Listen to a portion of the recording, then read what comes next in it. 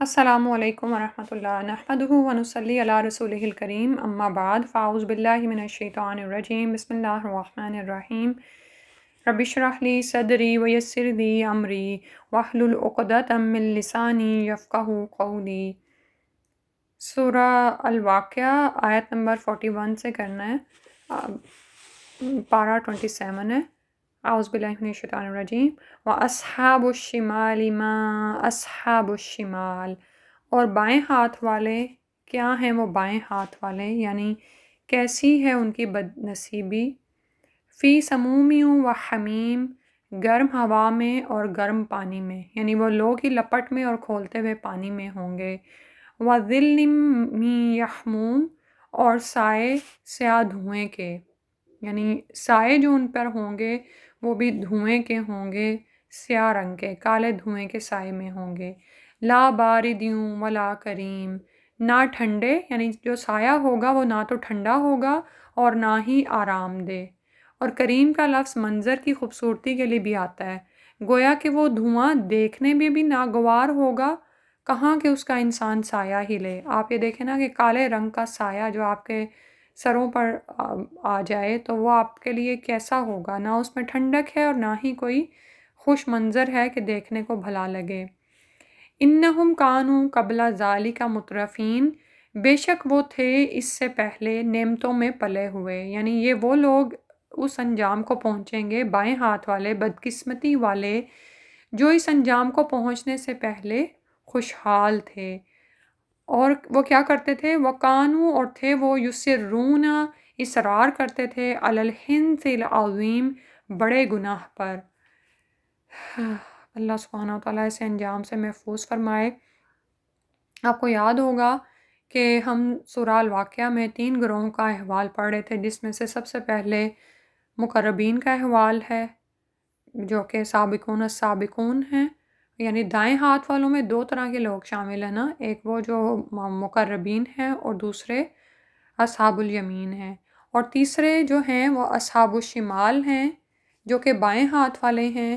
ان کی بدقسمتی، ان کی بدنصیبی کا یہاں احوال بتایا جا رہا ہے، استغفر اللہ، اور ان کا انجام بتایا جا رہا ہے کہ کیا ہے ان کی بدنصیبی، کہ وہ لوگ ہی لپٹ میں اور کھولتے گرم پانی میں ہوں گے، استغفر اللہ۔ یحموم جو ہے وہ حما کے بنیادی معنوں میں سے ایک معنی سیاہ ہونا بھی ہے، اور حما بمعنی کوئلہ، راکھ اور آگ میں جلی ہوئی ہر شے کے لیے آتا ہے۔ یحموم ایسے دھوئیں کو کہتے ہیں جو گرم بھی ہو اور سیاہ بھی ہو اور غلیظ بھی، یعنی دوزخ کی آگ سے جو سیاہ دھواں اٹھے گا اس کے سائے میں وہ لوگ پناہ لینے جائیں گے، استغفر اللہ، تو وہ کیسا ہوگا؟ یحموم کی طرح، یعنی سیاہ دھوئیں کا وہ ایک یعنی سایہ ہوگا، اور ایسا سایہ ہوگا جس میں نہ تو کوئی ٹھنڈک ہوگی، لا باردیوں ولا کریم، اور نہ ہی وہ اس میں کوئی آرام حاصل کر سکیں گے، نہ ہی وہ خوش منظر ہوگا۔ یہ کون لوگ ہوں گے جو اس انجام کو پہنچیں گے؟ ان کا حال دنیا میں کیا تھا؟ انہم کانوا قبل ذالک مترفین، یہ وہ لوگ ہیں جو اس سے پہلے نعمتوں میں پلے بڑھے تھے، بڑے خوشحال تھے اس انجام کو پہنچنے سے پہلے، استغفر اللہ۔ دنیا کی زندگی میں خوشحالی کا وقت گزار چکے تھے، لیکن اللہ کے ساتھ ضد میں آ گئے اور اللہ اور اس کے رسول سے ضد باندھ رکھی تھی۔ آج انہیں اس گرم دھوئیں کی تپش میں بھون کر ذلیل و خوار کر دیا جائے گا۔ اور کیا کرتے تھے وہ؟ وَقَانُوا يُصِرُّونَ عَلَى الْحِنثِ الْعَظِیمِ، وہ تھے اپنے بڑے گناہ پر اصرار کرتے، یعنی جب ان سے کوئی گناہ سرزد ہوتا تو اس سے رجوع کرنے کی بجائے، اس سے توبہ کرنے کی بجائے وہ اس پر جمے رہتے تھے، اصرار کرتے تھے، ڈٹائی دکھاتے تھے۔ ہند سے مراد ایسا گناہ ہے جس کا تعلق عہد و پیمان یا قسم توڑنے سے ہو، استغفر اللہ۔ اور ایسے گناہ سب کے سب کبیرہ یا عظیم ہی ہوتے ہیں۔ ان میں سب سے بڑا گناہ تو ان کا کفر اور شرک ہے، کیونکہ آپ یہ دیکھیں کہ یہ بھی تو دراصل ایک طرح سے وعدہ توڑنا ہے، وہ وعدہ جو ہماری روحوں سے لیا گیا تھا کہ الستو بربکم، تو وہاں پر روحوں نے کیا جواب دیا تھا؟ قالوا بلا، لیکن اس دنیا میں آ کر اسی وعدے کو بھول بیٹھے، اسی کی خلاف ورزی کی، اور اسی طرح جب انبیاء نے ان کو آ کر اس وعدے کی یاد دلائی تو وہ انبیاء کو بھی جھٹلانے لگے، ٹھیک ہے۔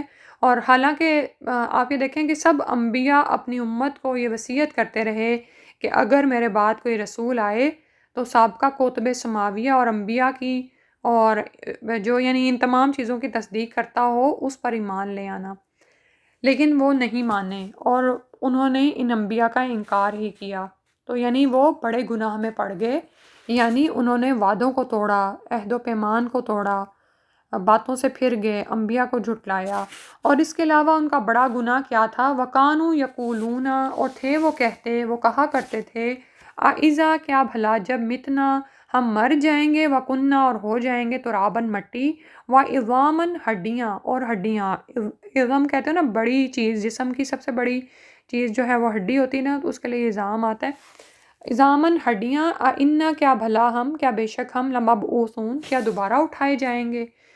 تو تیسری چیز جس کا وہ انکار کرتے تھے وہ آخرت کا انکار تھا، اللہ کو نہیں پہچانے، اللہ کی قدرت کو نہیں پہچانے کہ وہ رب جس نے ان کو ایک نطفے سے پیدا کیا، پانی کی بوند سے پیدا کیا، وہ رب کیا اس بات پر قادر نہیں کہ ان کو دوبارہ اٹھا کھڑا کرے؟ وہ اسی بات میں شک میں پڑ گئے اور کہنے لگے کہ کیا جب ہم مر جائیں گے، مٹی ہڈیاں ہو جائیں گے، تو کیا دوبارہ اٹھائے جائیں گے؟ یعنی ان کا تیسرا گناہ جو بڑا گناہ ہے آخرت سے انکار ہے۔ اس کے متعلق کفار قسمیں کھا کر کہا کرتے تھے کہ جو مر گیا اللہ اسے کبھی زندہ نہیں اٹھائے گا۔ پھر کہتے اَوَ آبَاؤُنَا الْأَوَّلُونَ، کیا ہمارے باپ دادا بھی اٹھائے جائیں گے جو پہلے گزر چکے ہیں؟ یعنی ہم اور ہمارے باپ دادا کیا سب اٹھائے جائیں گے؟ یعنی اس بات میں شک کرتے۔ قل، کہہ دیجئے، ان الاولین، کہ بے شک پہلے، والآخرین، سب کے سب، یعنی جو پہلے پیدا ہوئے، جو بعد میں پیدا ہوئے، سب کے سب کا جو ہے حشر ہوگا قیامت کے دن، سب جمع کیے جاؤ گے۔ لمجموعون، ضرور جمع کیے جانے والے ہیں، الی، طرف، میقاتی، ایک وقت کے، یومن، دن کے، معلومن، جو معلوم دن ہے۔ کیوں نہیں تم سب ضرور ایک معلوم دن پہ اکٹھے کیے جاؤ گے، اس دن تم سے حساب لیا جائے گا۔ یہاں تک آیات کی تلاوت سنتے ہیں کہ اللہ سبحانہ و تعالیٰ نے بائیں ہاتھ والوں کے لیے کیا فرمایا، آیت نمبر 41 سے۔ وَأَصْحَابُ الشِّمَالِ مَا أَصْحَابُ الشِّمَالِ فِي سَمُومٍ وَحَمِيمٍ وَظِلٍّ مِّن يَحْمُومٍ لَا بَارِدٍ وَلَا كَرِيمٍ إِنَّهُمْ كَانُوا قَبْلَ ذَلِكَ مُتْرَفِينَ وَكَانُوا يُصِرُّونَ عَلَى الْحِنثِ الْعَظِيمِ وَكَانُوا يَقُولُونَ أَإِذَا مِتْنَا وَكُنَّا تُرَابًا وَعِظَامًا أَإِنَّا لَمَبْعُوثُونَ أَوَآبَاؤُنَا الْأَوَّلُونَ قُلْ إِنَّ الْأَوَّلِينَ وَالْآخِرِينَ لَمَجْمُوعُونَ إِلَى مِيقَاتِ يَوْمٍ مَّعْلُومٍ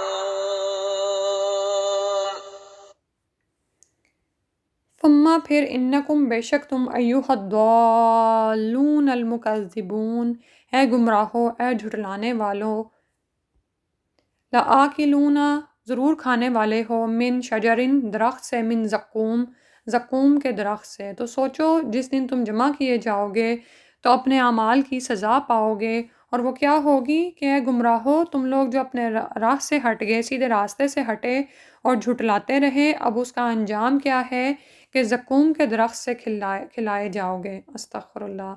زقوم بمعنی تھوہر کا درخت ہے، اس کے پتے چوڑے، موٹے، بڑے بڑے اور خاردار ہوتے ہیں، اس کا ذائقہ نہایت کڑوا اور لعاب زہریلا ہوتا ہے۔ یعنی زقوم کا یہ درخت اگر جسم کے کسی حصے میں لگ جائے تو پھوڑے پھنسیاں نکل آتی ہیں، استغفر اللہ۔ تو ایسے درخت سے ان کو کھانا دیا جائے گا۔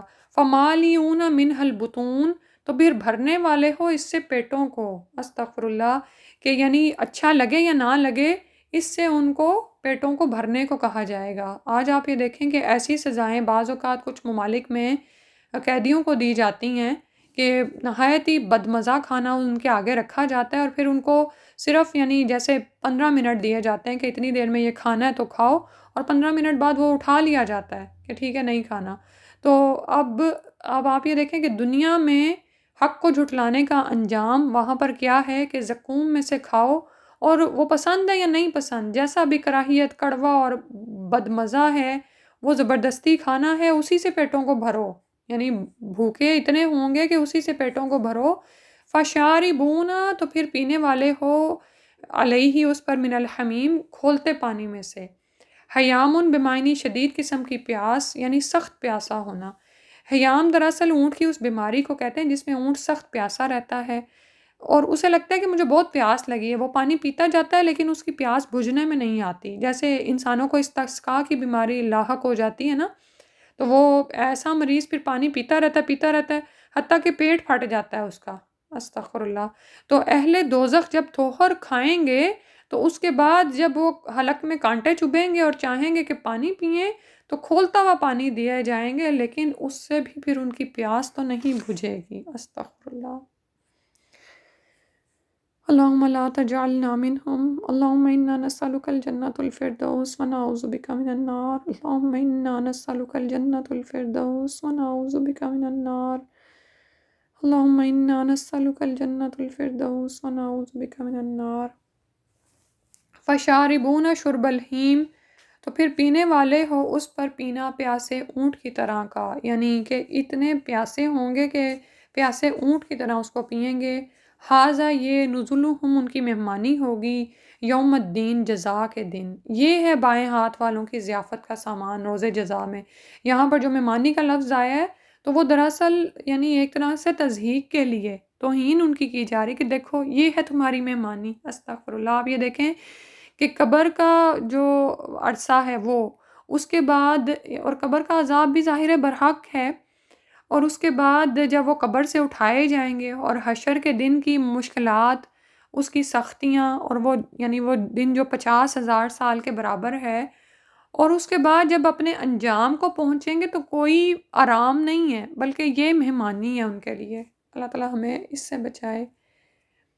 اللہ تعالیٰ نے فرمایا نحن خلقناکم، ہم نے پیدا کیا تم کو، فلولا تصدقون، پھر تم تصدیق کیوں نہیں کرتے؟ یعنی تم کو ہم نے پیدا کیا، قابل غور بات ہے کہ کس طرح سے تم پیدا کیے گئے ہو، تو پھر تم اس کی تصدیق نہیں کرتے، یعنی اس بات کو جھٹلاتے ہو کہ اللہ جو پہلی دفعہ تم کو پیدا کر سکتا ہے، تمہاری جیسی تخلیق پیدا کی جا سکتی ہے، تو تم دوبارہ بھی پیدا کیے جا سکتے ہو۔ افرأیتم ما تمنون، کیا بھلا دیکھا تم نے جو نطفہ تم ٹپکاتے ہو، یعنی دیکھتے نہیں ہو کہ تمہارا نطفہ ہی بذات خود کیا چیز ہے، کن چیزوں سے بنتا ہے۔ اَأَنتُمْ تَخْلُقُونَهُ، کیا تم اس کو پیدا کرتے ہو، ام نحن الخالقون، یا ہم ہیں اس کو پیدا کرنے والے؟ یعنی اس نطفے سے جو بچہ بنتا ہے تو کیا اس میں تمہارا بھی کچھ عمل دخل ہے؟ آپ یہ دیکھیں کہ ایک وقت میں جو سپرم داخل ہوتا ہے رحم مادر میں، اور وہ کس طرح سے اندھیروں میں وہاں تک سفر کرتا ہے اور پہنچتا ہے، تو اس نطفہ کو رحم مادر میں ٹپکانے کا اختیار تو انسان کو ہے، لیکن اس کے بعد اس کا اختیار کلی طور پر ختم ہو جاتا ہے، ٹھیک ہے؟ تو کون ان اندھیروں میں اس کو رحم مادر کا راستہ دکھاتا ہے؟ اور بہت سارے سپرم میں سے صرف ایک ہی وہاں پہنچتا ہے جس سے پھر انسان کی تخلیق ہوتی ہے، یعنی نطفے کا ایک قطرہ آپ یہ دیکھیں کہ لاکھوں جراثیم یا کیڑوں پر مشتمل ہوتا ہے جو صرف طاقتور خوردبین سے نظر آتے ہیں۔ تو اور اسی طرح رحم مادر میں نسوانی بیضہ کا وجود بھی خوردبین کے بغیر نظر نہیں آ سکتا۔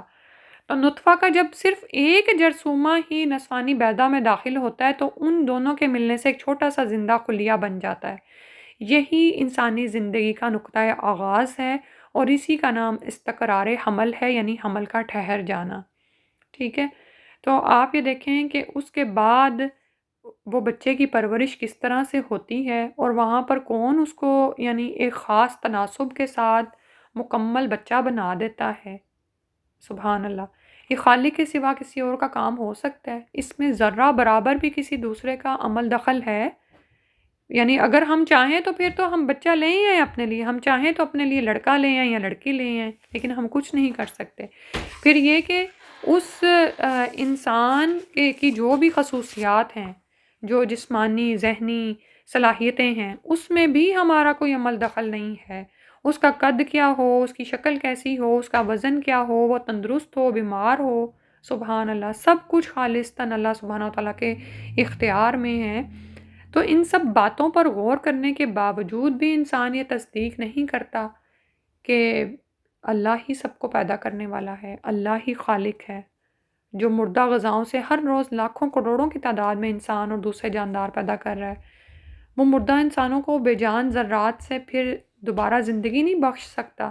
اب یہ دیکھیں نا کہ ہماری جو نطفہ ہے وہ زمین کی خوراک سے ہی پرورش پاتا ہے نا، ٹھیک ہے؟ تو اسی طرح زمین کے ان ذرات کو، مٹی کے ان ذرات کو جوڑ کر دوبارہ ایک انسان بنا دینا اللہ کے لیے کون سا مشکل ہے؟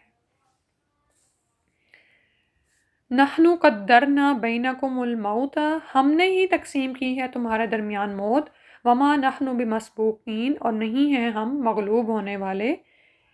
یعنی آپ یہ دیکھیں کہ اللہ سبحانہ تعالیٰ ہی موت دیتے ہیں، کوئی بھی انسان کو نہیں مار سکتا۔ موت ایک اٹل حقیقت ہے، سب کو آتی ہے، وما نحن بمسبوقین، اور اس میں کوئی بھی اللہ سبحانہ تعالیٰ سے بچ نہیں سکتا۔ یعنی آپ اگر چاہیں کہ اپنے مریض کو لوٹا لائیں، آپ یہ نہیں کر سکتے۔ موت کا ایک وقت مقرر ہے، نہ تو وہ کسی ایک لمحے سے پہلے آ سکتی ہے اور نہ ہی اپنے وقت سے ایک لمحہ دیر ہو سکتی ہے۔ دنیا کی کوئی طاقت موت کو نہیں ٹال سکتی، نہ ہی اس کا وقت بدل سکتی ہے، ٹھیک ہے؟ تو ذرا سوچو تو صحیح کہ ہم ہی نے تو تمہارے درمیان موت کو مقدر کیا ہے اور ہم مغلوب ہونے والے نہیں ہیں۔ کیا تمہیں پھر بھی سمجھ نہیں آتی کہ اللہ رب العالمین جو چاہے کرتا ہے اور کر سکتا ہے؟ اور اللہ سبحانہ و تعالیٰ ہی اس بات پر قادر ہیں، اللہ اوپر ان نبدلہ، کے بدل دیں امثالکم، تمہاری شکلوں کو، یعنی تم جیسوں کو، وننشئکم، اور نئے سرے سے ہم پیدا کریں تم کو، فی ما لا تعلمون، اس حالت میں جو تم نہیں جانتے۔ یعنی تمہارے طریقہ تخلیق کو اللہ سبحانہ تعالیٰ یکسر بدل ڈالیں، وہ اس پر بھی قادر ہیں۔ پہلے تمہاری تخلیق ماں کے پیٹ میں ہوئی، دوبارہ تمہاری تخلیق زمین میں ہو، ٹھیک ہے؟ تو یہ بھی اللہ سبحانہ تعالیٰ کی قدرت سے بعید نہیں۔ تم بچے کی صورت میں پیدا ہوئے، اسی طرح قیامت والے دن تم دوبارہ جس حال میں مرے تھے اس حال میں اٹھائے جاؤ گے، ٹھیک ہے؟ سبحان اللہ۔ تو جس طرح سے جیسے پچھلی آیت میں فرمایا نا کہ تمہارے درمیان موت کو ہم نے تقسیم کر دیا ہے، مقدر کر دیا ہے، اور تم ہم پر غالب آنے والے نہیں ہو، بالکل اسی طرح سے تمہیں دوبارہ اٹھا کھڑا کرنا بھی اللہ کی قدرت میں ہے، اور اس سے بھی تم رک نہیں سکو گے، ضرور تم اٹھائے جاؤ گے۔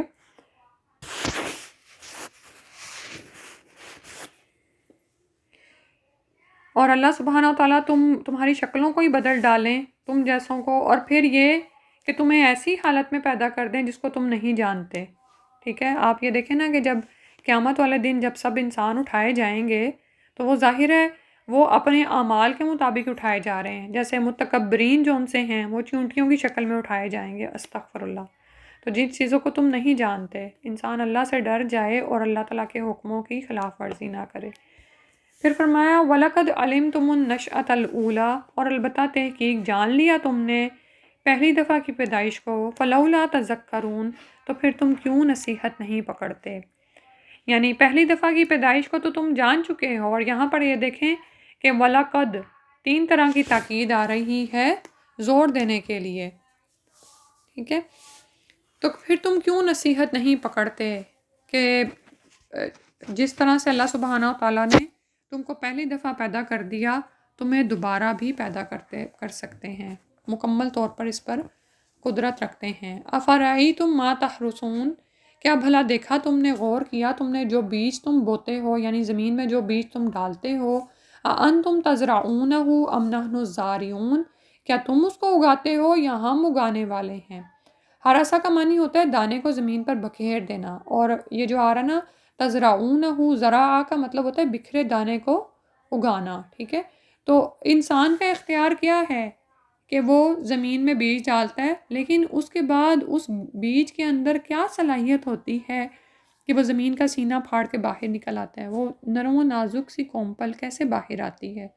اور پھر یہ کہ وہ زمین سے اپنے ہی پودے کے خواص لیتی ہے، یعنی سیب کے پودے سے سیب ہی نکلتے ہیں، آم کے پودے سے آم ہی نکلتے ہیں۔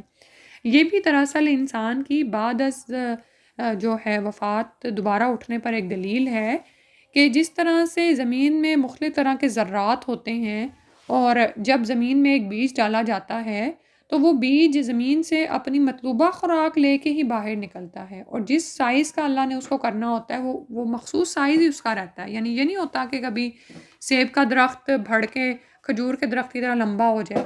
بالکل اسی طرح تم اس بات پر ایمان کیوں نہیں لاتے کہ جب تم مر جاؤ گے اور زمین میں تمہاری ہڈیاں اور مٹی تم مل جاؤ گے زمین میں، تو زمین کے ذرات میں سے ہر انسان کے الگ الگ ذرے مل کر قیامت والے دن اس کو پورا وجود عطا کر دیں گے۔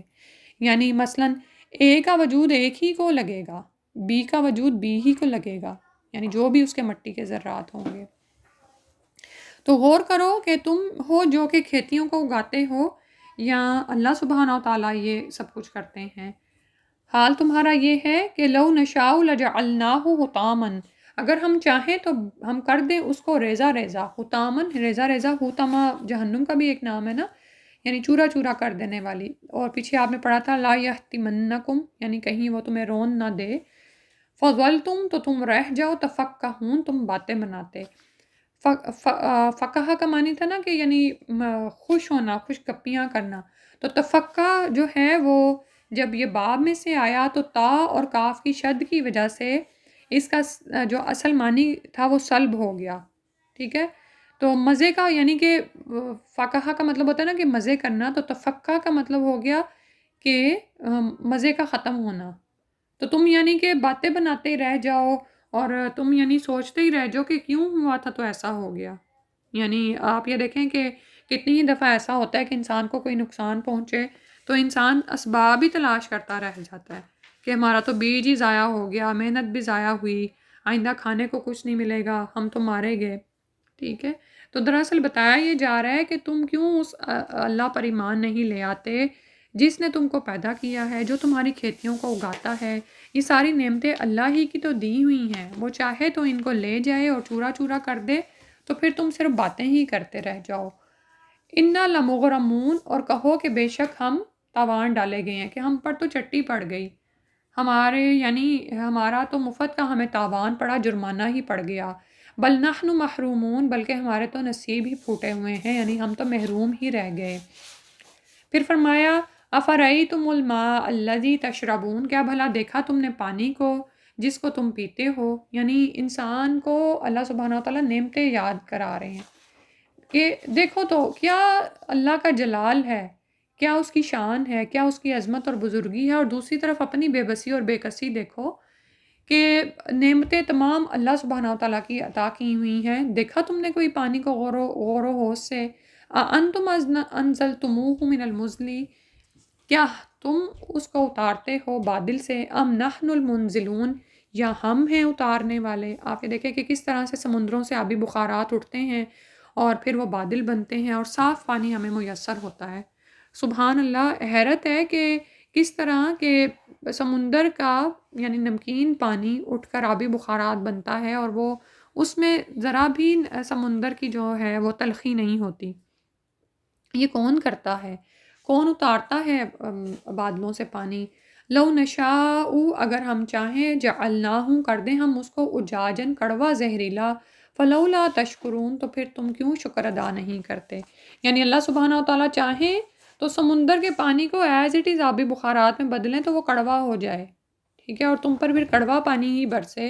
لیکن کیا ہوتا ہے کہ جب بارش برستی ہے تو اس میں کھاری پن نام کو نہیں ہوتا۔ حالانکہ آپ یہ دیکھیں کہ ادروائز ہم جن جڑی بوٹیوں یا دواؤں کا رس کشید کرتے ہیں ان میں ان کا ذائقہ رہ جاتا ہے، یعنی ذائقہ بھی منتقل ہوتا ہے، بو بھی، مثلاً سونف ہے، اجوائن ہے، یا اسی طرح گلاب کے عرق میں ان اشیاء کا ذائقہ بھی منتقل ہو جاتا ہے، بعض اوقات بو بھی اور بعض اوقات اس کا رنگ بھی۔ لیکن سمندر کا کھاری پانی آبی بخارات میں منتقل نہیں ہوتا، یہ اللہ کی خاص رحمت ہے، ٹھیک ہے۔ بلکہ اس کا پانی جون سا ہے جب بالکل یعنی کہ صاف ہو کر آبی بخارات بنتا ہے، پھر بادل بنتے ہیں اور پھر اس پر زمین کے سارے جانداروں کی زندگی کا انحصار ہوتا ہے، اسی سے ہماری پیداوار اگتی ہے۔ تو یعنی پانی جو ہے وہ جانداروں کی زندگی کا بہت بڑا سہارا ہے۔ اگر اللہ سبحانہ تعالیٰ اس کو کڑوا زہریلا کر دیں تو تم کہاں سے اس کو لے کر آؤ گے؟ تو پھر تم شکر ادا کیوں نہیں کرتے؟ تو یہاں پر بار بار نعمتیں یاد کروا کے کیا فرمایا جا رہا ہے کہ انسان اللہ کی طرف جھک جائے، اس کا شکر ادا کرے۔ آج اتنا ہی کرتے ہیں، پھر انشاءاللہ نیکسٹ ختم کریں گے اس پوری صورت کو۔ تلاوت سنتے ہیں یہاں تک۔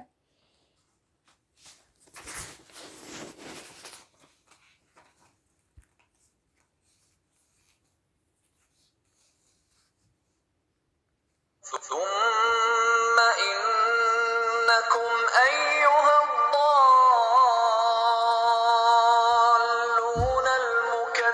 المكذبون لآكلون من شجر من زقوم فمالئون منها البطون فشاربون عليه من الحميم فشاربون شرب الهيم هذا نزلهم يوم الدين نحن خلقناكم فلولا تصدقون أفرأيتم ما تمنون أأنتم تخلقونه أم نحن الخالقون نحن قدرنا بينكم الموت وما نحن بمسبوقين على أن نبدل أمثالكم وننشئكم فيما لا تعلمون ولقد علمتم النشأة الأولى فلولا تذكرون أفرأيتم ما تحرثون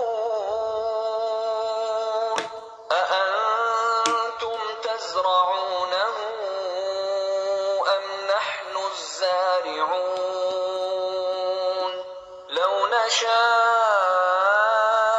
لجعلناه حطاما فظلتم تفكهون إنا لمغرمون بل نحن محرومون أفرأيتم الماء الذي تشربون أأنتم أنزلتموه من المزن أم نحن المنزلون لو نشاء